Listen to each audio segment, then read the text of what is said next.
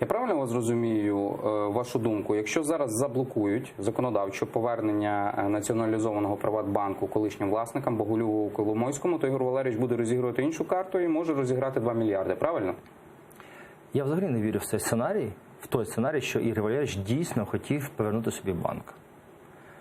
В незалежності від того, що він казав публічно, я вважаю, якщо дивитися на прагматичну сторону, то йому це, насправді нічого не дає. Крім моральної сатисфакції на якийсь дуже короткий термін. І саме коли починали про це говорити, це було десь рік пройшов, навіть трохи більше. Я єдиний говорив про те, що це нереальний сценарій. Я не бачу жодного сенсу в ньому. Тому що, чому я поясню? Профіту для Ігоря Валерійовича, повернення банку, правильно? Немає. Чому? Я поясню чому. Тому що коли в банку є, дирка в капіталі, так зване, так, як це пояснити, це означає, що для того, щоб банк працював на ринку, в нього має його капітал має бути на певному рівні. От там на момент націоналізації не вистачало 5,5 мільярдів доларів. Уявіть собі. І ці гроші були вкладені державою.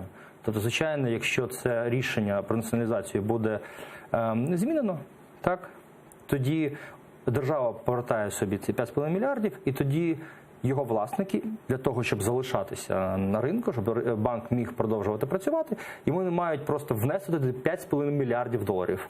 А при всій повазі до Ігоря Валерійовича, я не думаю, що в нього є така можливість, не тільки бажання, а навіть така можливість внести ці гроші. Це означає, що наступним кроком Національний банк би знову вивів цей банк з ринку, і я не думаю, що комусь в цій країні така карусель би сподобалась.